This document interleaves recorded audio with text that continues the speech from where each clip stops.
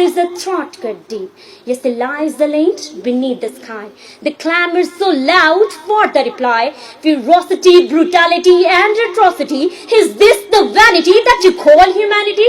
Yes, ladies and gentlemen, it's been decades, but still the valley of occupied Kashmir wants answer from the advocator of peace, but actually the bringer of war. That is this the vanity that you call humanity? My listeners, back to 10 December 1948, 71 years ago, International Human Rights Declaration was adopted with an intent to give, protect and observe inalienable human rights to which all human beings without any discrimination are entitled. But wait, welcome to Indian occupied Kashmir, where unfortunately humanity is best described as inhumanity just because of the so-called sovereign, socialist, secular, democratic Republic of India, the worst criminal, the biggest usurper. Mr. President, one of the universal principles say, crime, wheresoever, whatsoever, must pay the penalty. But welcome to Eden on earth Kashmir, where India's crime against humanity are not only measurable, but also yet unquestioned. Today, I'll take this time out to highlight just few serious crimes of India against humanity in IOK. The very first article of human rights protects the innate freedom and equality. But look in occupied Kashmir, where each freedom fighter is taken as a terrorist. We demand a very basic right of self-determination is a huge crime, and where India, while resorting to various tactics of tyranny and oppression, left no stone unturned to silence the voice of oppressed Kashmiris and to suppress their just right of freedom. To snatch one's freedom is doubtless the worst crime, but ladies and gentlemen, the story of crime does not end here. Article 2 clearly talks about freedom from any sort of discrimination, but see, in occupied valley of Kashmir, where Muslims have been paying huge penalty for being Muslims on every social, political, educational, even on cultural grounds, where a slow but constant Muslim genocide is underway, this also violating Human Rights General Assembly Resolution 96 and 260, and when not only Muslims, even Christians and Dalits are being discriminated in each and every walk of life, a clear violation of Article 2, but the crimes are still on and the criminal is still free.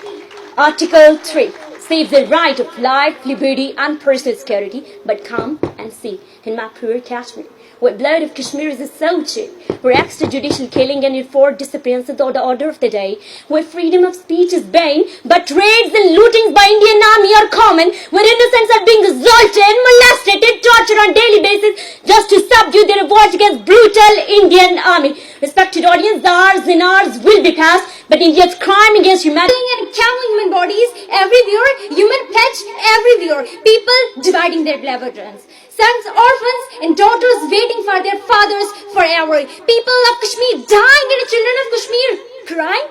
Whenever someone talks about Indian occupied Kashmir, my mind throw all the talks of the so-called international champions into a dustbin that claim themselves to be the most powerful weapon against our brutality, ferocity, and morality.